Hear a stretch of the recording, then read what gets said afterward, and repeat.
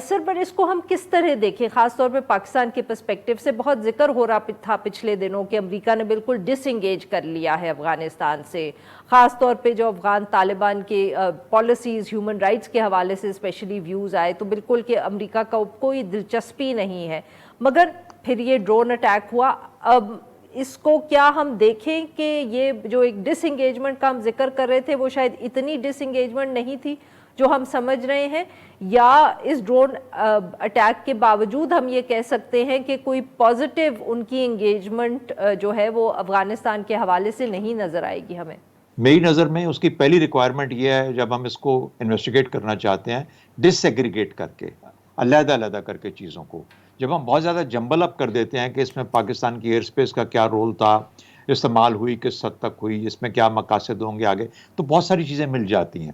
میرا خیال ہے سب سے پہلی چیز تو یہ ہے کہ ایمن الزواہری آج بھی امریکہ کی لسٹ پہ ایک ٹیررسٹ ٹارگٹ کے طور پہ موجود تھا۔ جب اس کو ایلیمنیٹ کیا گیا تو اس وقت یہ موجود تھا، it was a relevant target for them, جس کی باؤنٹی تھی، اس کے سر کی قیمت تھی $25.5 کروڑ، تو وہ تو اپنی جگہ پہ موجود تھا۔ جب بھی انہوں نے دیکھنا تھا، جس طرح او بی ایل کو ان کو اتنے سال لگے تلاش کرنے میں اور اس کو آئیڈینٹیفائی کرنے میں کہ وہ کہاں ہے، لوکیٹ کرنے میں، اور اس کو انہوں نے ایلیمنیٹ کیا، اس کا بھی یہی انجام ہونا تھا اگر اس کو جب بھی یہ دیکھ پاتے، اور اب غالباً ان کے پاس ایسی انٹیلیجنس تھی جس کی بنیاد پہ یہ ہوا۔ تو جہاں تک ان کا اپنا ایک جو مقصد تھا اپنی وار آن ٹیرر کا، اور یاد رکھیں 1267 آج بھی لائیو ریزولوشن ہے UNSC کی، ختم نہیں ہوئی ہے بالکل سے، تو اس لیے وہ موجود ہے، اور اس کے حساب سے وار آن ٹیرر کے وہ ریمننٹس جو ہیں وہ ابھی تک اسی طریقے سے چل رہے ہیں جس طریقے سے کہ UNSC ریزولوشن آج بھی اپنی جگہ پہ ڈکٹیٹ کرتی ہے۔ تیسری بات یہ آگئی کہ کیا اس کا مطلب ہے کہ امریکہ پھر سے افغانستان میں انگیج ہو گیا؟ نہیں، میری نظر میں نہیں، اس طرح انگیج نہیں ہوا جس طریقے سے کہ وہ جب یہاں پہ 12-13 سال رہا یا اتنا عرصہ رہا اس طریقے سے انگیج نہیں ہوا، بلکہ 20 سال، کتنا 2002 میں آیا اور پچھلے سال گیا تو 19 سال رہا، 20 سال رہا، تو اس طریقے سے انگیج نہیں ہوا۔ البتہ یہ ہمیں یاد رکھنا چاہیے کہ اگر کوئی تھریٹ ایمرج کرے گی افغانستان سے، اگر کوئی گروپ کے طور پہ تھریٹ ایمرج کرتی ہے تو پھر وہ اس کو ضرور اس کے بارے میں پریشان ہوگا، اور کوئی نہ کوئی ایکشن یا وہ ریجنل کنٹریز کے تھرو لے گا یا ڈائریکٹلی لے گا، تو وہ اس کا انٹرسٹ ہمیشہ قائم رہے گا۔ اور یہ بھی ہمیں یاد رکھنا چاہیے کہ افغانستان کے جو حالات ہیں، جو کانٹیکسٹ ہے، جو تناظر ہے، اس کے اندر اس طرح کے گروپوں کا، فار ایگزامپل IS ہے، داعش جسے ہم کہتے ہیں، اس طرح کے گروپوں کا، یا القاعدہ کے بارے میں بات کی جا رہی ہے جو کہ تھوڑی لٹل سرپرائزنگ کہ ابھی پھر سے ایک ہوا دوبارہ القاعدہ کو مل گئی ہے۔ تو یہ چیزیں اگر ایک اور شکل، ایک اور خطرہ بنتی ہیں دنیا کے امن کے لیے، تو پھر ان کا انٹرسٹ ضرور اس میں رہے گا۔ بالکل ٹھیک جی۔ ڈاکٹر عادل نجم، سر آبویسلی جیسے شہزاد چودھری صاحب کہہ رہے تھے کہ Osama bin Laden, now Ayman al Zawahiri, 1267 resolution ابھی بھی ہے، امریکہ نے یہ کرنا ہی تھا جب ان کو انفارمیشن ملتی، پر سر جس طرح کا آئی تھنک ایک موڈ تھا، چاہے آپ انٹرنیشنل میڈیا کی بات کر لیں، بین الاقوامی دنیا کی بات کر لیں، جب اسامہ بن لادن کو پکڑا تھا اور مارا تھا امریکنوں نے، اس طرح کا کوئی ری ایکشن ہمیں دیکھنے کو نہیں ملا ایمن الظواہری پہ۔ لوگ بات بھی کرتے ہیں کہ القاعدہ جو ہے ابھی بھی ایک بہت کریڈیبل فورس ہے، اور وہ ریکروٹ بھی کر رہے ہیں لوگوں کو، وہ ان کے چیپٹرز بھی کافی اسٹرینتھن ہیں، بٹ سر ہمارا یا پھر دلچسپی لوگوں کی کم ہو گئی ہے؟ ری ایکشن جس طرح کا اسامہ بن لادن کے بعد ہمیں دیکھنے کو ملا، ایمن الظواہری پہ دیکھنے کو بالکل نہیں ملا۔ What is the difference? بہت ڈفرینس ہیں آپ کو، بہت سارے ڈفرینس ہیں انکلوڈنگ دا ونس جو آپ نے کہیں۔ پہلے تو یہ کہ ایمن الظواہری اسامہ بن لادن نہیں ہے۔ دوسرا یہ کہ ایمن الظواہری آج کا جو ہے 2022 کا، یہ وہ ایمن الظواہری نہیں ہے جو القاعدہ کا ایک بیسک پلر تھا آئیڈیالوجی کو آپریشن سے ملانے کے لیے 9/11 کے وقت، یا اس سے بھی زیادہ، اس سے جو بالکل پہلے جب اس کی فارمولیشن ہو رہی تھی القاعدہ کی، تو یہ وہ بھی نہیں ہے۔ اور آخری بات یہ کہ 2022 جو ہے وہ 2001 نہیں ہے۔ تو یہ ساری چیزیں مل گئی ہیں۔ آپ نے بالکل درست کہا، اگر آپ امریکہ کا، میرے خیال میں واشنگٹن پوسٹ کا دیکھتی ہیں اگلے دن کا اخبار اس واقعے کے بعد، تو اس میں ٹاپ پہ تھی خبر، لیکن ایک کالم کی خبر تھی کہ ایمن الظواہری کو مار دیا گیا، اور 5 کالم کی اس کے ساتھ خبر تھی کہ تائیوان میں نینسی پیلوسی جا رہی۔ تو دنیا بھی تو بدل گئی نا، دنیا کے جس طرح آپ نے لے آؤٹ کیے، دنیا کی پرائورٹیز بدل گئی۔ لیکن میسج میرے خیال میں شہزاد صاحب نے بہت اچھی طرح اور بالکل صحیح کہا، یہ جو لفظ ہے وہ ڈس انگیجمنٹ ہے، ڈس انٹرسٹ بھی ہے، لیکن ایک وہ ہے ڈس ایگریگیشن ہے. امریکہ کی نظر میں بھی یہ ڈس ایگریگیشن ہو گئی ہے نا. ویٹ, امریکہ نے شاید فیصلہ یہ کیا ہے کہ یار ہم جب افغانستان میں بیٹھے ہوئے تھے تو سارے افغانستان کے مسئلے ہمارے بن گئے تھے, تو چھوڑو افغانستان کو افغانیوں کے, اور ہمارا جو مسئلہ ہے نا وار آن ٹیرر والا, وہ لسٹ ہماری ادھر ہی ہے. جب ہمیں ضرورت ہوگی, جب ہمیں موقع ہوگا, that is unfinished business. And message جو ہے اگر وہ ہے تو وہ افغانستان کے لیے نہیں ہے, وہ القاعدہ کے لیے, داعش کے لیے, دوسروں کے لیے ہے کہ ہمارے جانے کا مطلب یہ نہیں ہے کہ وہ والی کہانی بھی ختم ہو گئی ہے. ہم افغانستان سے نکلیں, کیونکہ ان اے وے ان کی نظر میں غلطی یہ تھی کہ آپ افغانستان جا کے بیٹھ گئے. یہ غلطی نہیں تھی کہ القاعدہ کے خلاف آپ نے ایکشن لیا. So I think that is the messaging ان کے ذہن میں. لیکن موسٹلی وہ 1 کالم اور 5 کالم والی چیز اصلی ہے. امریکن ذہن میں اس وقت ایک الیکشن ہے جو آنے والی ہے. امریکن ذہن میں پرائیورٹی جو ہے وہ دنیا کو جب دیکھتے ہیں تو وہ یوکرین ہے, وہ چین ہے, وہ اکنامکس اور انفلیشن اور ریسیشن ہے. اور دس از جسٹ انفنشڈ بزنس, جس کا مطلب یہ نہیں کہ یہ ان امپورٹنٹ ہے. صحیح جی. ناظرین یہاں پہ لیں گے ہم ایک چھوٹا, جب ہم بریک سے واپس آئیں گے ہم اپنے مہمانوں کے ساتھ گفتگو جاری رکھیں گے. Stay with us. Welcome back ناظرین. ہم گفتگو کریں شہزاد چودھری صاحب سے اور ڈاکٹر عادل نجم صاحب سے, اور ہم ان سے بات کر رہے ہیں اس وقت جو ساری ایک خارجی امور پر پاکستان کی کیا پرائیورٹیز ہیں, کیا ہونی چاہیے, اور ایک بدلتی ہوئی دنیا میں ہماری فارن پالیسی اور ہمارا ایک رول پاکستان کا کیا ہے, کیا ہو سکتا ہے. شہزاد چودھری صاحب, آپ نے بھی, ڈاکٹر عادل نجم صاحب نے بھی, دونوں نے وہ ذکر کیا ڈس انگیجمنٹ بھی ہے, ڈس انٹرسٹ بھی ہے. اب سر اس میں پاکستان آبویسلی ہمارے ہاں پچھلے کتنے سالوں سے یہ بحث چل رہی ہے کہ ہمارے تعلقات امریکہ کے ساتھ خراب ہو گئے ہیں. کبھی ہم کہتے ہیں ذرا بہتر ہو گئے ہیں, پھر ہم کہتے ہیں خراب ہو گئے, کبھی ریسیٹ کا ذکر کرتے ہیں. سر یہ کیا پارٹلی اس وجہ سے بھی ہمارے ہاں یہ بحث ہے کیونکہ ہم ایکسیپٹ کرنے کو تیار نہیں ہیں کہ امریکن ڈس انگیجمنٹ افغانستان میں اس کا ہمارے اوپر کیا اثر پڑتا ہے؟ نہیں, میرا نہیں خیال کہ یہ اس کی بنیادی وجہ ہے. یہ تو ہم چاہتے تھے کہ امریکہ جائے, اور امریکہ چلا گیا چھوڑ کے. گو کہ سرکاری طور پر ہماری پوزیشن یہ تھی کہ امریکہ نہ جائے, لیکن جب اس نے فیصلہ کیا تو میرے خیال میں ریجن کے حق میں یا افغانستان کے حق میں ہم نے سمجھا کہ شاید یہ بہتر ہوگا. وہ ایک امپوز اسٹیبلٹی تھی. اب ایک ایوولوشنری پروسیس کے اندر جا رہے ہیں کہ افغانستان الٹیمیٹلی ان کو خود ہی ڈیسائیڈ کرنا کہ کس طرف بیٹھے گا. تو میرا خیال ہے افغانستان ڈرائیو نہیں کرتا پاکستان اور امریکہ کے تعلقات کو. جو چیز ڈرائیو کرتی ہے امریکہ اور پاکستان کے تعلقات کو, وہ امریکہ کی ضرورت, یعنی پاکستان کی ضرورت ہے امریکہ کی. پاکستان کو امریکہ کی ضرورت پڑتی ہے. جب کبھی آئی ایم ایف کے پاس کبھی مختلف مسئلے پڑ جاتے ہیں, سعودی عربیہ, مڈل ایسٹ کے اندر ان کا بہت انفلوئنس ہے, وہاں پہ ہمیں کچھ نہ کچھ ان کی ضرورت پڑتی رہتی ہے, یا ہم ان کے تھرو امریکہ تک پہنچنے کی کوشش کرتے ہیں.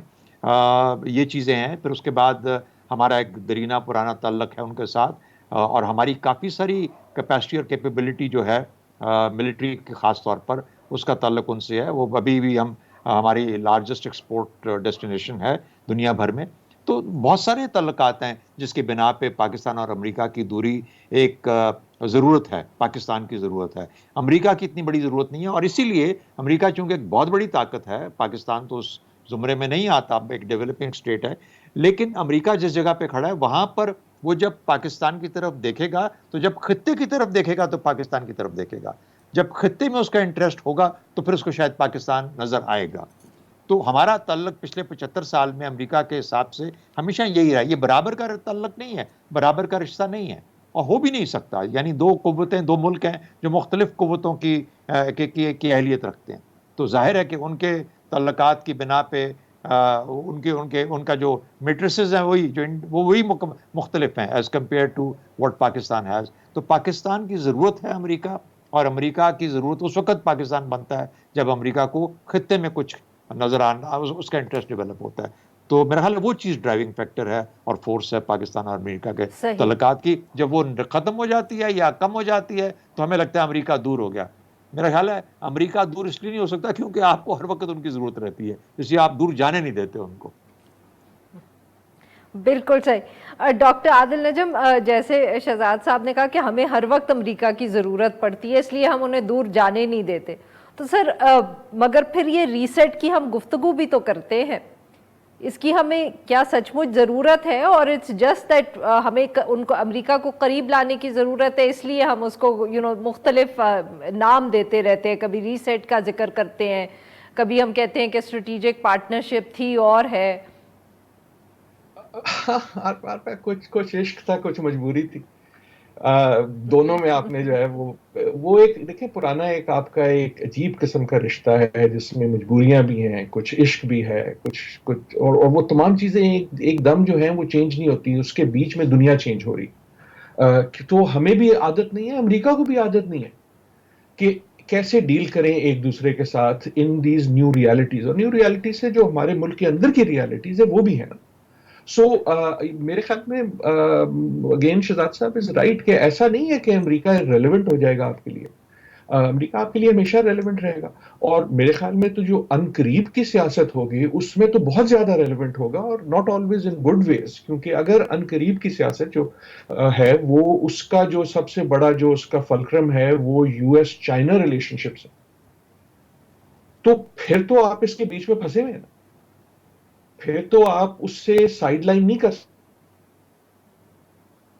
میری بڑی اس میں واضح رائے یہ ہے کہ Pakistan should not be a party to U S China, ہمیں دونوں سے کہنا چاہیے کہ یار ہم آپ دونوں کے خیر خواہ ہیں، لیکن یہ جھگڑا ہمارا نہیں ہے۔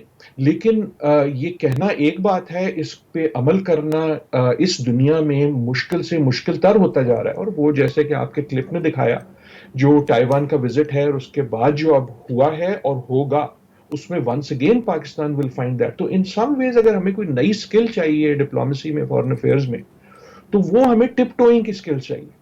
ہمارے پاس جو سکل موجود ہے وہ یہ ہے کہ ایک چودھری کو چوز کر لو اور اس کے جو ہے نا آپ پوری طرح سے وہ بن جاؤ خیر خواہ کہ میری یہ سائڈ ہے۔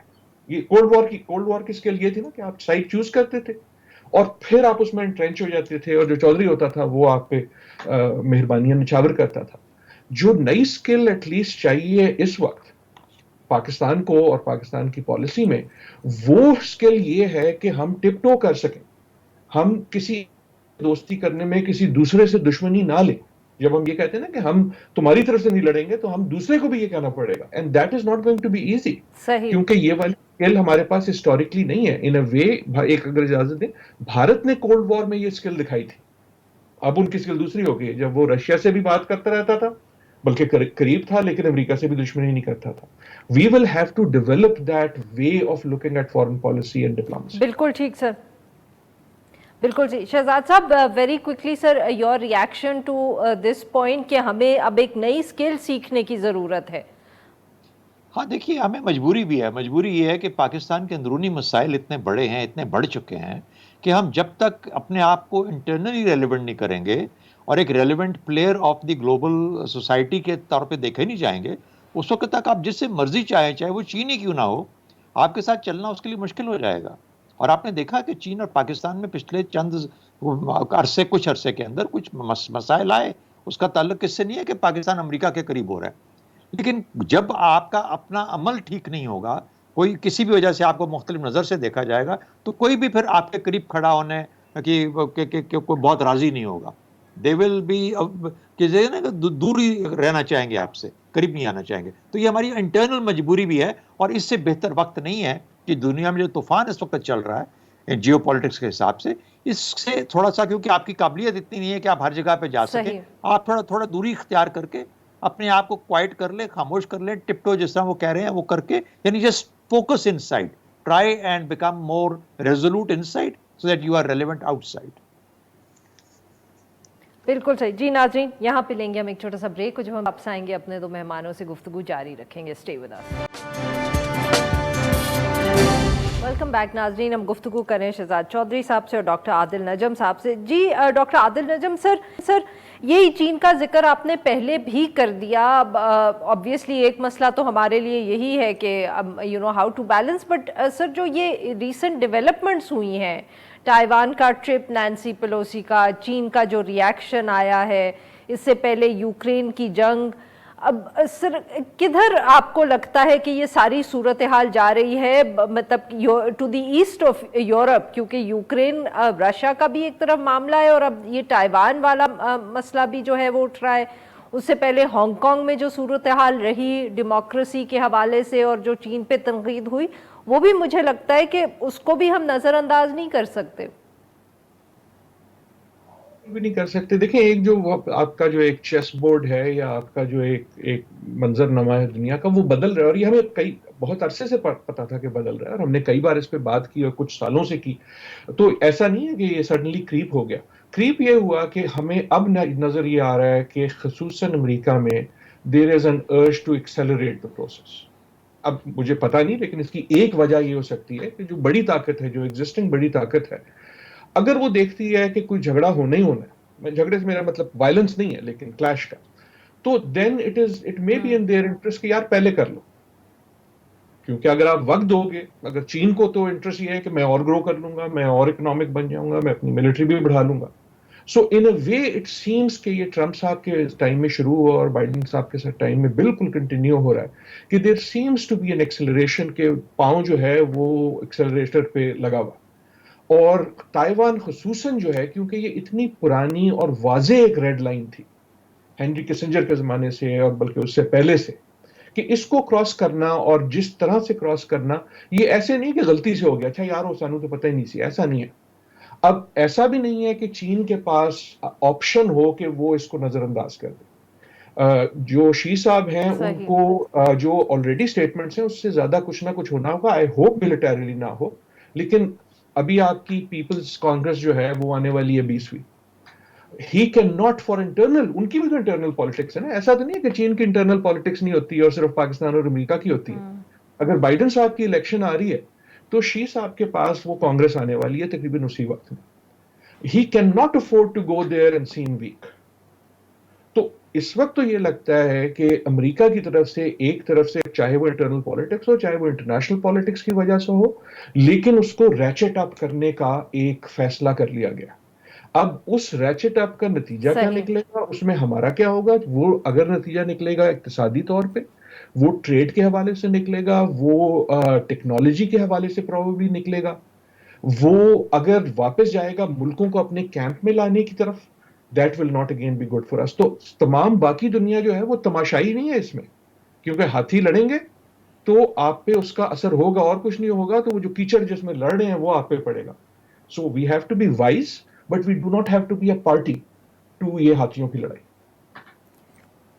بالکل ٹھیک جی شہزاد صاحب، سر یہی جو ایشو ہے کہ جو ہمیں نظر آ رہا ہے ایسٹ ایشیا میں اس وقت ایک بڑھتا ہوا تناؤ کہہ لیں، ٹینشن کہہ لیں، کیا آپ عادل نجم صاحب نے جو اس کا ایک انالیسس کیا اس سے اتفاق کریں گے، یا آپ کے خیال میں نہیں ہمارے لیے شاید اس میں کوئی بہتری، کوئی آسانی بھی ہوگی؟ بیکاز آبویسلی پاکستان نے تو ہمیں کی جنرلی فارن پالیسی اسی طرح کی رہی ہے کہ اس طرح کے کانفلکٹ میں بھی pick a side and that makes things a little easier for us. اچھا، میں پہلے سیگمنٹ میں بھی ہم اس پہ بات کر رہے تھے کہ پاکستان کا رول کیا ہونا چاہیے بدلتے عالمی حالات کے اندر، تو میں چھوٹا سا آپ کو سناتا ہوں۔ پاکستان ایئر فورس میں جو سب سے لوئسٹ رینک ہوتا ہے آفیسرز کے اندر، اس کو پائلٹ آفیسر کہا کرتے تھے، آج کل نہیں ہوتا۔ He is like a freshman graduate of an officers rank. تو کہا جاتا تھا کہ pilot officer is only to be seen, never to be heard. تو پاکستان کو اپنے آپ کو دنیا کی جو رینکنگ ہے اس کے اندر فی الحال کچھ عرصے کے لیے پائلٹ آفیسر تصور کرنا چاہیے، to be seen and not to be heard. اتنا بڑھ کے چڑھ کے اوپر بولنے کی ضرورت نہیں ہے کہ ہم یہ ہیں ہم وہ ہیں۔ But having said that, I generally agree with what doctor Adil Najam just said, انہوں نے، میں اگری کرتا ہوں ان سے۔ میں تھوڑا سا مختلف ٹوسٹ دیتا ہوں اس چیز کو۔ میں سمجھتا ہوں کہ امریکہ جب اس وقت پریشان ہے تو وہ اس لیے پریشان نہیں ہے کہ یہ روس فار دیٹ میٹر یا چین یہ بہت بڑی ملٹری طاقتیں بنتی جا رہی ہیں۔ میرا خیال ہے اس کی جو بنیادی پریشانی ہے وہ یہ ہے کہ اگر ہم نے روکا نہ تو چین ایک بہت بڑی معاشی طاقت بن جائے گی۔ ظاہر ہے وہ تو بننے جا رہی ہے، بن چکی ہے، اور اوورٹیک کر جائے گا امریکہ کو۔ جب وہ ہوگا تو جو معاشی پہلو کے اوپر جو معاملات آپس میں جو ٹکراؤ ہے، جس کو کہ ہم کہتے ہیں کہ یہ سینچری ہی معیشت کی بنیاد پہ چلے گی، معاشی طاقت کی بنیاد پہ چلے گی، تو اگر ہم اس تک جاتے ہیں تو پھر کسی نہ کسی طریقے سے روس کو اور چین کو الجھانا چاہیے جنگ کے اندر، کیونکہ جنگ گروتھ کو سلو ڈاؤن کرے گی, ختم کر دے گی, نیگیٹو بھی کر دے گی. روس اور یوکرین لڑ رہے ہیں, صحیح, روس اور امریکہ نہیں لڑ رہے, یہ یاد رکھیے گا. بے شک آج آپ کو روس میں گینز نظر آتے ہیں کہ ایک دم سے پرابلم ہوا, قیمتیں چڑھی, ان کو کچھ فائدہ, یہ لیکن شارٹ ٹرم ہے. لانگ ٹرم کے اندر جب وہ گیس اور یورپ کے اندر مثال کے طور پہ نہیں جاتی, سارا کچھ نہیں جاتا, تو ان کی اکانومی بہت برے طریقے سے سفر کرے گی, اور کی بھی ہے کسی حد تک. چین کو الجھانا چاہتے ہیں ود دی جسے کہتے ہیں ریجنل کنٹریز, وہ جو ان کا الائنس ہے, وہ جو ایسوسیشن ہے, اس کو استعمال کہ کس کے اندر کتنی طاقت ہے. بھلے تائیوان کے through, Taiwan is only a trigger, تو وہ چاہتے ہیں کہ چین جائے جنگ میں تاکہ چین سلو ڈاؤن کرے اور چین کی اکانومی سلو ڈاؤن کرے اور چین اس جنگ سے زخمی ہو کے باہر نکلے. تو یہ ان کی کوشش یہاں پہ بھی ہے. جی بالکل صحیح. We have a little time, تو I like to ask you both, یہ جو جس کانٹیکسٹ میں آپ نے بات کی ہے کہ you know Pakistan should be seen اور ناٹ ہرڈ, ڈاکٹر صاحب کہہ رہے ہیں ٹپ ٹو اراؤنڈ, تو سر اس وقت جو ہماری اقتصادی صورتحال ہے, جس قسم کی ہم ہر وقت دنیا سے مدد مانگ رہے ہوتے, یہ کیسے ممکن ہے؟ And I ask both of you this question. Doctor صاحب پہلے آپ کوئکلی کامنٹ کر لیں, پھر شہزاد صاحب اس پہ. عارفہ بہت مشکل سے ممکن ہے. دیکھیں, اور یہی جو ہم بات کرتے ہیں مشکل فیصلے کا مطلب یہ نہیں ہوتا کہ اس کو فیصلے کی سوچ بڑی مشکل ہے. مشکل فیصلے کا سوچنا تو بڑا آسان ہوتا ہے. مشکل فیصلے کا مطلب ہوتا ہے وہ فیصلہ کہ جب کرو گے تو اس کی جو قیمت ادا کرنی پڑے گی, چاہے وہ تیل کی پرائس میں ہو, چاہے وہ ڈالر میں ہو, چاہے وہ دوسری چیزوں میں ہو, وہ بہت زیادہ ہوگی. کہنے کا مقصد یہ ہے کہ ہم ہمیشہ کتراتے ہیں, ہر ایک کتراتا ہے مشکل فیصلے سے, اور پھر ہم ایک راستہ ڈھونڈ لیتے ہیں تاکہ مشکل فیصلہ نہ کرنا پڑے, تاکہ کوئی جو ہے ہمیں آ کے اسٹیبلائز کر دے, آئی ایم ایف آ کے کر دے, کوئی دوسرا ملک آ کے کر دے. ہم نے ایک عجیب سے لفظ بنا لیا دوست ممالک, ان کا نام بھی نہیں لیتے, پتہ نہیں کون ہے, اور کوئی ایسی چیز نظر نہیں آتی کہ ان میں بڑی کوئی دوستی پھیلی ہوئی ہے, لیکن ہم نے عجیب سی اصطلاحات بھی بنا لی. ڈاکٹر صاحب معاف کریے گا, آپ کی بات یہاں کاٹ رہی ہوں کہ اب تو ہمارے دوست ممالک بھی کہتے ہیں کہ اسٹریٹجک پوزیشن کے لیے کوئی پیسے نہیں ملتے. You have to hand over, you know, you have to sell shares, you have to, you know, offer some business deal for them to give you money. وہ بھی اب انہوں نے بھی بڑا کلیئر کر دیا. بالکل بالکل, یہ وہ کالجوں میں جو ہوتے تھے نا بچے, وہ کئی بار بتاتے تھے یار تو دوست نہیں ہے میرا, مطلب میری مدد کر دے. یہ انٹرنیشنل سیاست اس طرح نہیں چلتی, اسٹریٹجک ہی ہونی چاہیے. سر ویری کوئکلی شہزاد صاحب سے بھی کامنٹ لینا ہے اس پہ. جی, کہنے کا مقصد بالکل مختصر یہ ہے کہ یہ جو ہم عالمی حالت بتا رہے ہیں, اس حالت میں there is a strategic imperative اس تمام باتوں کے علاوہ کہ آپ ایک بالکل صحیح سر, قسم کی چیز اکنامک پیدا کریں. بالکل ٹھیک. شہزاد صاحب, sir your comments on the same question. Just 2 points. Strategic advantage Pakistan کا لوکیشن ہے, جیوگرافک لوکیشن. تو پھر اس جیوگرافک لوکیشن کو جب تک ہم استعمال نہیں کریں گے نا, اس وقت تک اسٹریٹجک ایڈوانٹیج بنے گا نہیں. گھر میں سونا رکھنے سے اس کے اوپر گروتھ نہیں ہوتی, لیکن اس کو کنورٹ کرنا انٹو اے لیوریج, اس کے اندر گروتھ ہوتی ہے. جب تک پاکستان یہ کام نہیں سیکھے گا, اس کا مطلب ہے کنیکٹیوٹی ود دا ریجن, تب ریلیونس بنے گی آپ کی. پہلے ریجن میں بننی چاہیے, اس کے بعد دنیا آپ کو دیکھے گی. پہلا پوائنٹ تو یہ ہو گیا. دوسرا, آپ نے کہا کہ اکنامک ڈیفیکلٹیز کے اندر کیسے ہم پھر مینج کریں گے اگر ٹپ ٹوپ کر کے چلیں گے. آپ کو شارٹ ٹرم میں تو جا کے بھیک مانگ لی, آپ نے مانگنی پڑے گی. پھر ایک medium term to long term correction ہے جو کہ آپ کے اندر ہے, آپ کی اکانومی کے اندر. آپ کو, ہم ہمیشہ اسٹرکچرل ڈیفیشنسیز کی بات کرتے ہیں, اکانومی کے اسٹرکچر کو تبدیل کرنا ہے. وہ ہے مشکل فیصلے, وہ ہیں دور رس فیصلے. جو وہ کر پائے گا, سمجھ پائے گا پہلی بات, اور پھر کر پائے گا, تو وہ پاکستان کے لیے وہ تبدیلی لا سکتا ہے جو کہ پاکستان کو پھر آہستہ آہستہ اس سے آزاد کرے گی جو بھیک مانگتے ہیں یا جو ہم ڈپینڈنٹ ہو جاتے ہیں دنیا کے اوپر. تو یہ 2 چیزیں کرنے کی ضرورت ہے.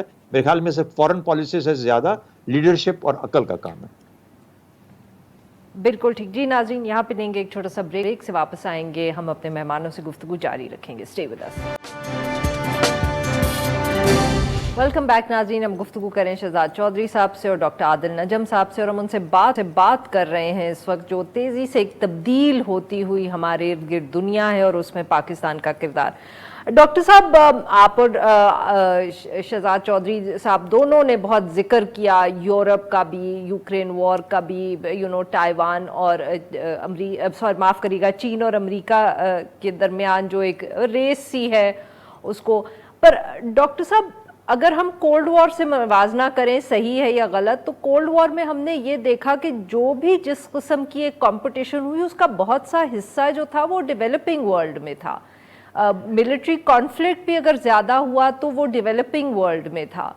تو کیا اس دفعے بھی ہم اگر کہہ رہے ہیں کہ ان دونوں کے درمیان جو ایک کمپٹیشن ہے وہ گلوبل ہے اور اکنامک ہے، تو کیا وہ بھی اب ہمیں ڈیولپنگ ورلڈ میں نظر آئے گا؟ شری لنکا میں کیا جو ہم نے ہوتے ہوئے پچھلے دنوں میں دیکھا، یا جس طرح کی اب ہم سے بھی آئی ایم ایف کی نیگوسیشنز ہوتی ہیں جب وہ سی پیک کے لونز کے اوپر بات کرتے، یہ بھی اس کی ایک مینیفیسٹیشن ہے؟ تو پھر یہ آگے والے دنوں میں کس طرح ہمیں اور زیادہ نظر آئے گی نمایاں؟ آئی تھنک یہ آلریڈی ہمیں نظر آ رہی ہے اور اسی طرح اور نظر آئے گی. دیکھیں نا، اگر پچھلی جو تھی وہ جنگ جو تھی، in a way you know we might remember cold war, جب تاریخ لکھی جائے گی as the good old days.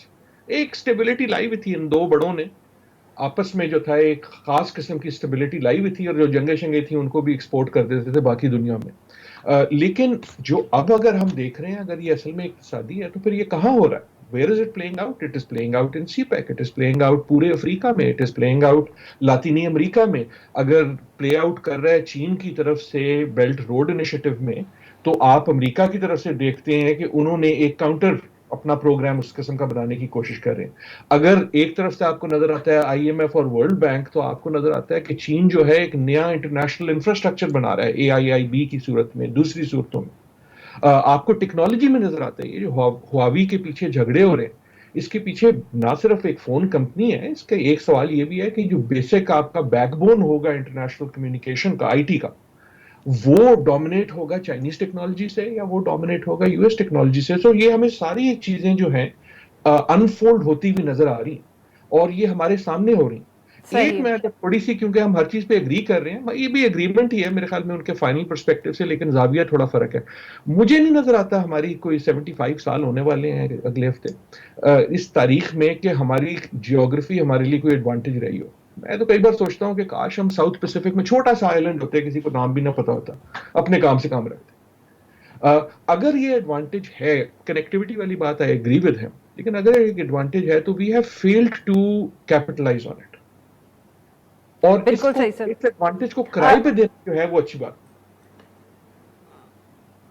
بالکل صحیح. شہزاد چودھری صاحب، میں بھی جو یہ چیز ہائی لائٹ کی عادل نجم صاحب سے، یہی آپ سے سوال پوچھنا چاہ رہی تھی کہ سر ہم بہت زیادہ ذکر کرتے ہیں کنیکٹیوٹی کا، مگر جو لوگ ایک کاؤنٹر آرگیومنٹ دیتے ہیں وہ ہمیشہ یہی پوچھتے ہیں کہ بھائی بیچنے کو ہے کیا کنیکٹیوٹی میں؟ کیا صرف اپنے مطلب کہ روٹس آفر کرو گے دوسروں کو کہ وہ اپنے ٹرک یا جو بھی انہوں نے یہاں سے گزارنے، آپ کے پاس تو کچھ ہے ہی نہیں to sell to the world. Exactly بالکل ٹھیک کہا آپ نے. دبئی میں کیا پیدا ہوتا ہے؟ ہاں، میں وہی اس کا جواب دینے کی کوشش کر رہا ہوں. دبئی میں کیا پیدا ہوتا ہے؟ کچھ بھی نہیں ہوتا. لیکن اس کے باوجود ایک بہت ریپڈلی ڈیولپنگ سٹی اسٹیٹ ہے. تو جو یہ راہداریاں ہوتی ہیں نا، یہ کرایہ بھی لے لیتی ہیں بیچ میں، اور کچھ نہ بن پڑے اگر آپ کچھ پروڈیوس نہیں کرتے، ڈیولپ نہیں کرتے. obviously that is just a theoretical discussion. وہ بات نہیں ہے کہ پاکستان کچھ پیدا نہیں کر سکتا اور اس سے فائدہ نہیں اٹھا سکتا. لیکن جو بنیادی بات آپ کا پہلا سوال جو آپ کر رہی تھیں، اس سے ڈاکٹر عادل سے کیا آپ نے، دیکھیے اس وقت پہلے والی کولڈ وار اور اب کی وار میں کیا فرق ہے. کولڈ وار جو تھی اس کے اندر امریکہ اور جو سوویت یونین تھا وہ آمنے سامنے تھے. وہ دونوں ان کے ملک، دونوں فورسز آمنے سامنے تھیں، یورپ میں بھی تھیں، باقی جگہوں پہ بھی تھیں. دے ور arrayed against each other. اب کیا ہے فرق؟ کیا ہے؟ اب امریکہ فائنانس کر رہا ہے لیکن خود کہیں پہ بھی سامنے نہیں ہے. That's the most interesting part in how the wars are being fought. اب ان کی کوشش تائیوان سے اگر ہوتی ہے، تائیوان کو وہ کہہ رہے ہیں اتنا اکوپ کر دو کہ تائیوان خود ہی مصیبت بنا رہے چین کے لیے. یوکرین کو اتنا کچھ دے رہے ہیں کہ یوکرین روس کو بالکل جسے کہتے ہیں تھکا کے رکھ دے. تو that's the difference between cold war and this war, and therefore یہ آپ کو زیادہ ڈسپرسڈ نظر آتی ہے بجائے اس کے جو کہ بالکل فوکس ایک فرنٹ بنا ہوا تھا جس کی دو سائڈ تھیں جس کے اوپر کولڈ وار لڑی جا رہی تھی. I think that's the major difference. بالکل ٹھیک، بالکل ٹھیک. 30 seconds ڈاکٹر صاحب if you want to add something but very quickly sir. دیکھیں میرے خیال میں یہ ٹپ ٹو کرنے والی بات اہم ہے، لیکن صرف اس لیے نہیں کہ ایک تو یہ کہ ہمیں اپنی اندر کی سیاست کو ٹھیک کرنا. آپ کی جو سب سے بڑی کمزوری ہے، اسٹرینتھ جو بھی ہو، سب سے بڑی کمزوری جو ہے وہ آپ کی اکانومی بھی نہیں ہے، وہ آپ کی ٹوٹی ہوئی سیاست ہے انٹرنل. اس کو ٹھیک نہیں کریں گے تو ککھ نہیں ہوئے گا. آپ پھر باقی جو مرضی باتیں کر لیں. اگر آپ اپنے آپ کو اپنی سیاست کو سیریسلی نہیں لیں گے تو ڈونٹ ایکسپیکٹ کہ باقی دنیا کرے گی. بہت بہت شکریہ ہمارے دو مہمانوں کا میرے لیے وقت نکالا. ناظرین آج کے لیے بس اتنا ہی. We'll be back tomorrow at the same time.